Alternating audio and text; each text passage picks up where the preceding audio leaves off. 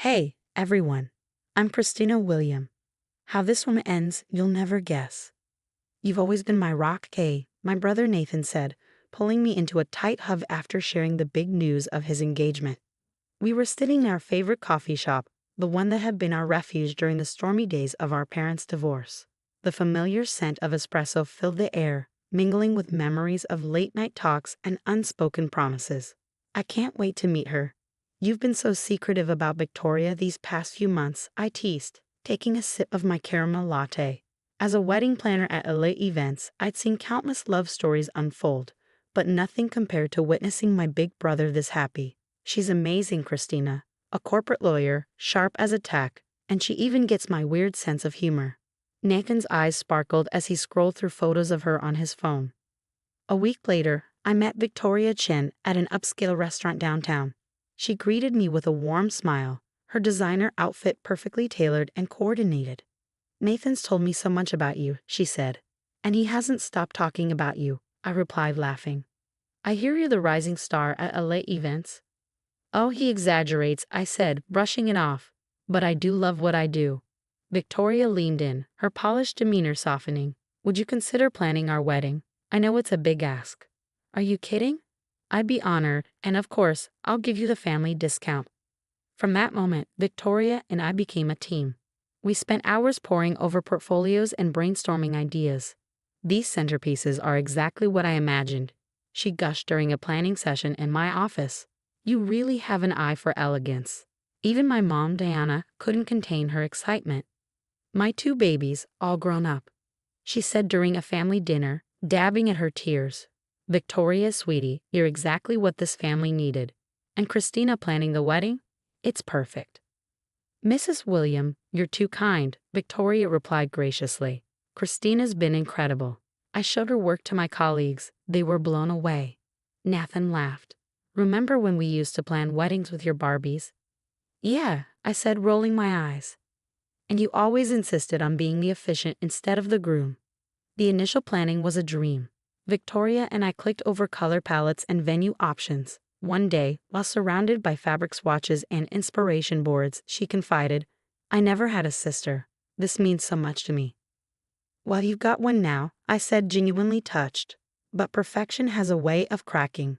Christina, darling, Victoria snapped during our fourth venue walkthrough, her tone icy. These centerpieces won't do. I specifically asked for pure white orchids, not this ivory nonsense. And the table numbers, gold? I clearly said silver. I took a calming breath and pulled out my phone. Actually, you requested gold 3 days ago. I have the email right here. Oh, sweetie, you must be confused.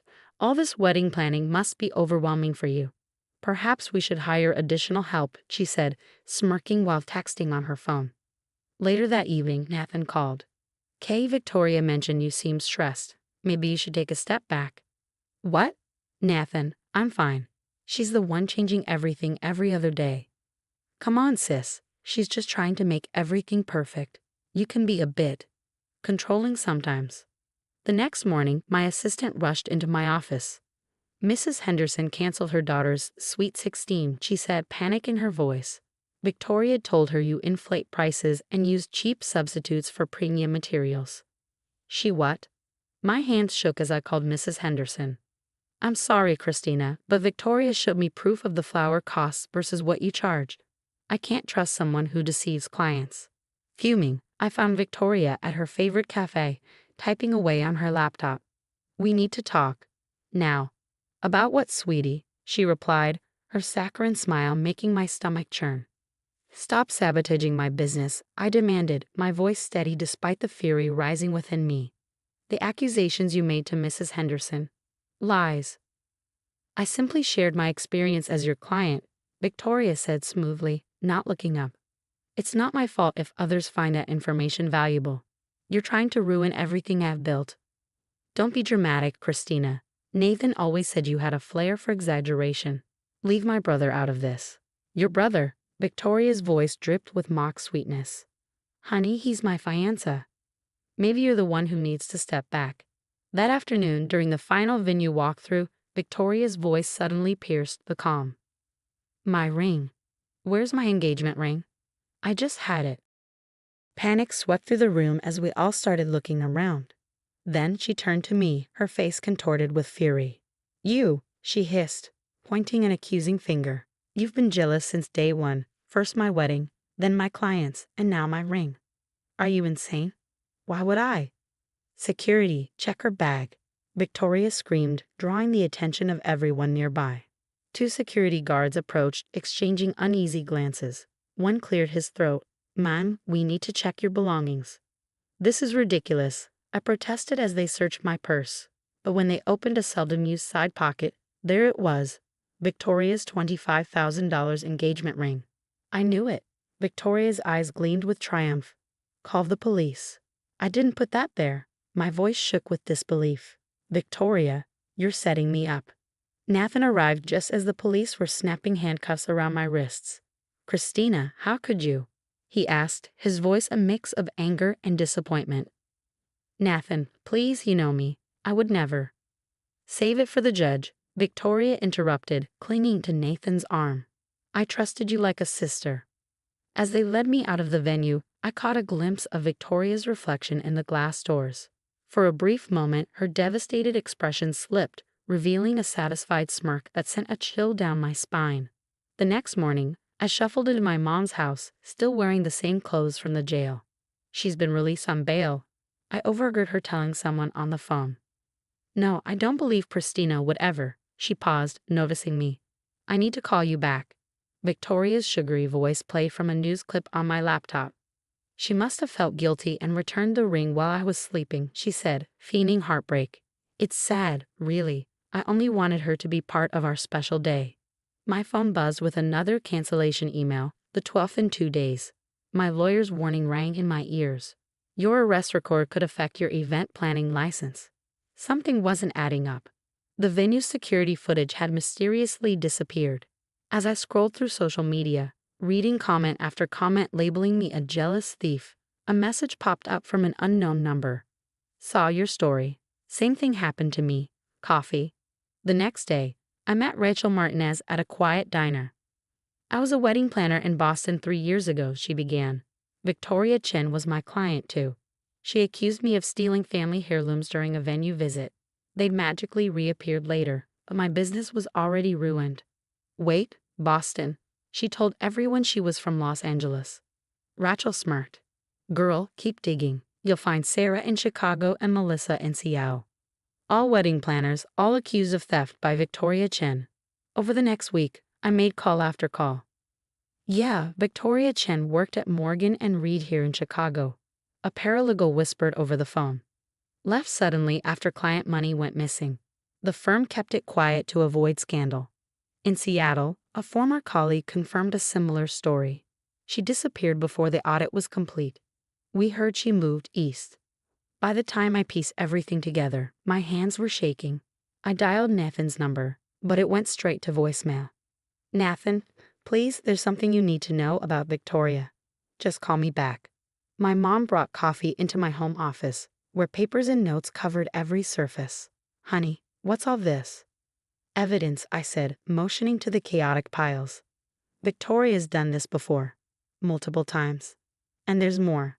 A sharp knock at the door interrupted me. A man in a suit stood on the porch, flashing a badge. "Miss William, I'm Agent Carter with the FBI. We've been investigating Miss Chen for wire fraud and embezzlement across state lines. We'd like to ask you some questions." Tears welled in my eyes. Finally, someone was listening. "And Miss William," Agent Carter added, "don't leave town. This is about to get very interesting." The next morning my lawyer called. "Christina, the venue found the missing security footage. You need to see this." Breaking news lit up my living room as I sipped my coffee. High-profile lawyer Victoria Chen arrested on multiple fraud charges on her wedding day. Rachel texted me seconds later. "Did you see her face when they put her in the squad car? Priceless." The security footage showed Victoria slipping her ring into my bag during what appeared to be a friendly hug. Combined with testimonies from Rachel, Sarah, and Melissa, the case against her was ironclad. Nathan called me for the first time in weeks. His voice cracked. I found transfer documents. She was planning to clean out my accounts right after the wedding. I'm so sorry I didn't believe you." You were in love, I said softly. She fooled everyone. But you're my sister, Nathan said, his voice thick with regret. I should have known better. The class action lawsuit made headlines. Multiple wedding planners unite against serial fraudster. Victoria's former law firms came forward, each revealing missing client funds matching her employment dates. Your Honor, my client pleads not guilty, Victoria's lawyer announced in court. Save it, Victoria snapped, her designer wardrobe replaced by an orange jumpsuit. I'll take the deal. My phone wouldn't stop ringing with new client requests. Mrs. Anderson is hosting the governor's fundraiser, my assistant beamed. She specifically requested you after hearing your story. Outside my office, a reporter caught up with me. Christina William, how does it feel to be nominated for Event Planner of the Year? The award ceremony was packed. Nathan sat beside me, both of us healing, both of us stronger. The nominees have all demonstrated excellence in their field, the presenter began. But one nominee showed extraordinary resilience in the face of adversity. This year's Event Planner of the Year award goes to Christina William. As I walked to the podium, I caught a glimpse of the evening news playing on a lobby TV.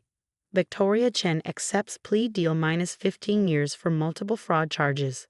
This award isn't just mine, I said into the microphone. It belongs to every person who's been falsely accused, who lost everything but kept fighting for the truth. Sometimes the worst moments in our lives lead us to our greatest victories. Later that night, I found a note from Nathan on my desk. Thank you for never giving up, not just on clearing your name, but on me too. Love, your big brother. My phone buzzed with a news alert. Victoria Chen's cellmate reports she's already trying to run scams from prison. I couldn't help but laugh. Some people never change, but their power over us does. Ready for the governor's event? My assistant asked the next morning. More than ready, I said, smiling as I picked up my Event Planner of the Year award from my desk. Sometimes karma just needs a little help from the FBI. Have you ever ignored glaring red flags because you wanted to believe the best in someone, like Nathan did with Victoria? If you were in my shoes, would you have confronted her earlier or quietly gathered evidence as I did? Drop your thoughts in the comments. I'd love to hear your own experiences with manipulative people who tried to destroy your reputation. How did you handle it?